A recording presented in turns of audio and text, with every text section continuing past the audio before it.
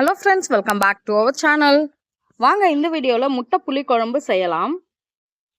நான் அதுக்கு 6 முட்டை எடுத்திருக்கேன். உப்பு சேர்த்து வேக வச்சு எடுத்துக்கலாம். குழம்புக்கு புளி கரைசல் ரெடி பண்ணிக்கலாம்.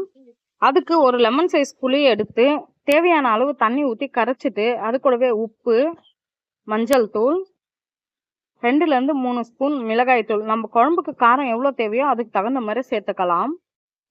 குழம்பு தாளிச்சிக்கலாம். அதுக்கு ஸ்டவ் ஆன் பண்ணி கடாய் வச்சு கடாயில் எண்ணெய் ஊற்றி எண்ணெய் காஞ்சதுமே சீரகம், கடுகு, வெந்தயம் எல்லாத்தையும் சேர்த்து நல்லா பொரிய விடணும்.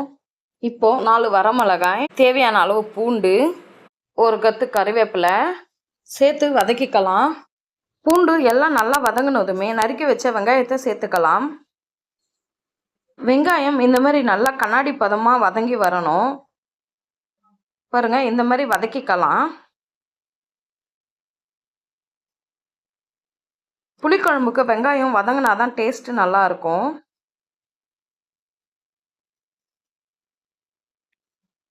இப்போ ஒரே ஒரு தக்காளி கட் பண்ணி சேர்த்துக்கலாம்.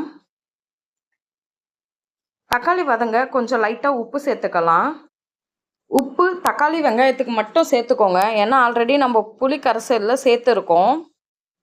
பாருங்கள், தக்காளி வெந்து நல்லா இந்த மாதிரி சுருண்டு வந்துருச்சு. இப்போது நம்ம கரைச்சி வச்ச புளி தண்ணியை சேர்த்துடலாம்.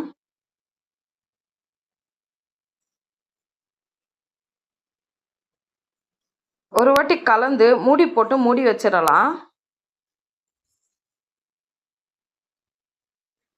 பாருங்க, இந்த மாதிரி நல்லா கொதிக்கணும். இப்போ நல்லா கலந்து விட்டுக்கலாம்.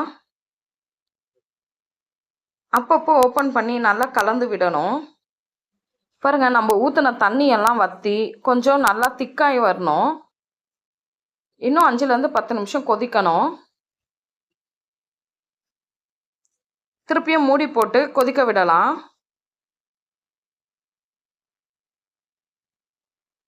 பாருங்க, எண்ணெய்லாம் பிரிஞ்சு நல்லா திக்காயிருச்சு. ஒரு வாட்டி கலந்துட்டு நம்ம வேக வச்சு எடுத்து வச்சிருக்கிற முட்டையை சேர்த்துடலாம். பாருங்க, முட்டையை சேர்த்து கலந்து விட்டா சூப்பரான முட்டை புளி குழம்பு ரெடி. நல்ல புளிப்பாக காரசாரமாக இருக்கும். மறக்காமல் ட்ரை பண்ணி பாருங்கள். இந்த வீடியோ உங்களுக்கு பிடிச்சிருந்தா லைக் பண்ணுங்கள், ஷேர் பண்ணுங்கள், கமெண்ட் பண்ணுங்கள். மறக்காமல் நம்ம சேனலுக்கு சப்ஸ்கிரைப் பண்ணுங்கள். தேங்க்யூ.